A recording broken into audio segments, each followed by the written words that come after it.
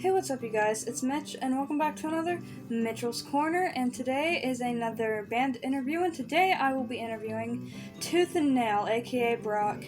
And he is a folk punk artist from Parker, Pennsylvania, and he is pretty amazing and talented. But without further ado, here is Tooth and Nail. Uh, Recording. Um, what made you want to start music? Well, I guess it was just a cheap, easy way to have my voice heard, Yeah. minus the cheap and easy part. Yeah, music's pretty fucking expensive, so I mean. Yeah, and after I spent most of my teenage years either fishing or locked in my room practicing, I figured I might as well do something with it. Yeah. Who is your biggest inspiration? Oh man, that's kind of changed a lot. When I first started learning to play guitar, the type of music I played was vastly different than what I do now. I played a lot of thrash metal, Nice. so it was like a lot of what I got into, I listened to back then, and what I played back then was like Metallica and Megadeth and Slayer, and then there was other metal thrown in, like Ozzy was a big one, Yeah. and Zakk Wylde in particular, he's a guitar player. Then I hurt my hand and had to relearn how to play, and I couldn't go as fast as I used to, so it sort of shifted. So a lot of old storytelling kind of folk musicians that I got a lot of exposure to as a kid started to shine through. Guys like Roger Miller and Tom T. Hall and Johnny Cash, that kind of thing. It's sort of been a weird ride. As cheesy as it sounds, I think my biggest influence was, in terms of me starting to do music as like a performance, would probably be my friends. Nice. The biggest one probably being my buddy Jake, who he's released a couple of folk albums under the name Trash Can Jake, and also does electronic music, I think under the name Misanthropic Fund. But I didn't even know that it was like a possibility to do solo acoustic stuff until he showed me like folk punk stuff. And then once that happened, I was like, oh, I guess I don't have to try and get a band together or wait for other people to join in. I can just do it on my own. Yeah. Especially since very few of those people can sing.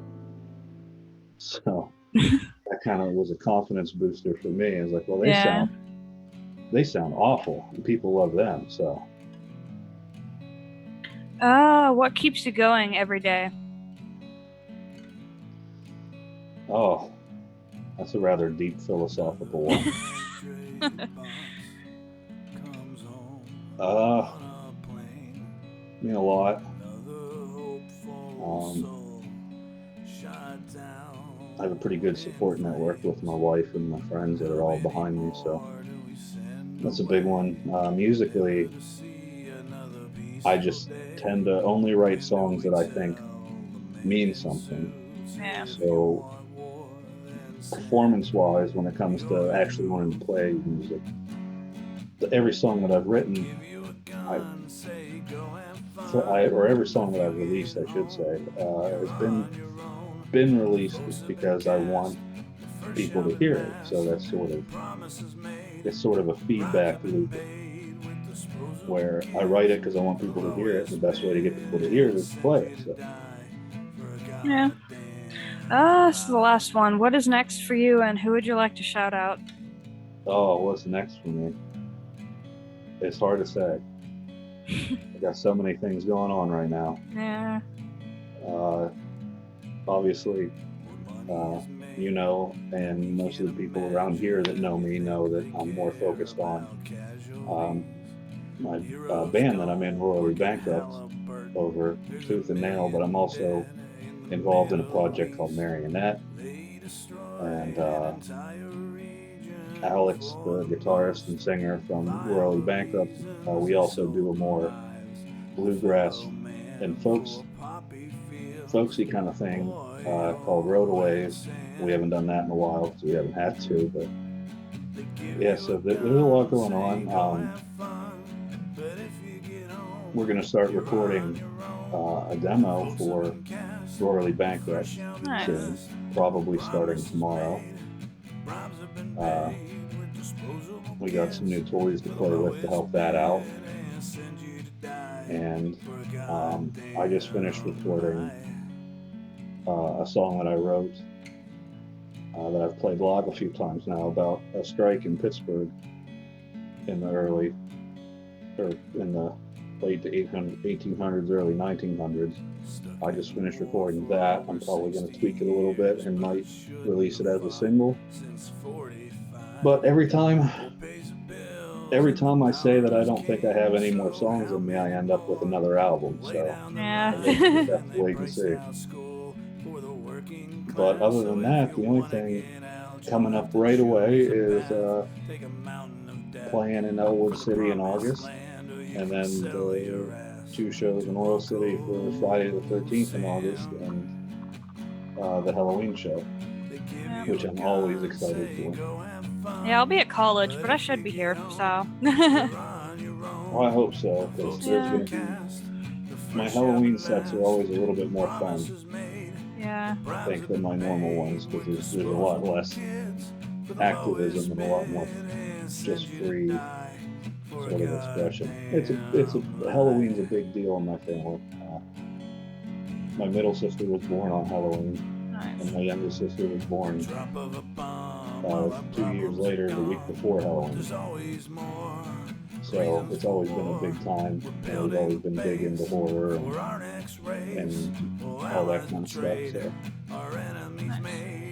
So I like to say it's one of the few times that I get to actually feel completely free on a stage and don't feel like I have a responsibility, because normally I feel like I'm trying to educate or agitate.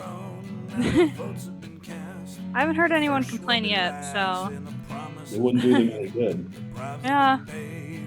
Because the more they complain, the more I'm more motivated by anger than I am cheers. Yeah. When it comes to that stuff. But that's pretty much all we got for now. We're going to be focusing mostly on recording, and I'm putting most of my efforts towards Royally Bankrupt. But there is a little bit of tooth and nail stuff coming. Yeah. I definitely am, but I don't know when I'm going to start it. I'm going to be redoing my very first album. Nice. Because I didn't sing on that one. I did that with a friend of mine. And the songs, they've just changed a lot since in the past almost 4 years now since I released it, that I think it warrants redoing them, because I play them slightly different, or the ones that I didn't sing on I could sing now. Yeah. If I was better at planning, I would have had it all done and ready and released it on the anniversary of the album. But maybe the 5-year anniversary would be a better one. So maybe That next works. year. Yeah. Maybe next year I'll have a re-release done. Yeah. That's all I had, so. All right. Is there anything else that you didn't have scripted that maybe off the top of your head? Not really. I can't. My brain's all over the place right now. I'm working on a lot of stuff, so it's been chaos. Yeah, I know what it's like. Yeah. Quite a few times since I've started playing music publicly, I've felt like I've gotten more pots than fingers. Yeah. And I've definitely been overwhelmed a few times. Luckily, I haven't felt like that lately, though. But That's good, but yeah, it happens. but there's also a possibility of some more opportunities for shows and stuff in Yeah. Oil City coming up. Some some outside stuff Nice. might be happening somewhat regularly. So Yeah. I'm gonna try and not get too involved in the planning of that. Yeah. Yeah. Yeah, I can't think of anything off the top of my head, so. Yeah, I got nothing. Okay, cool.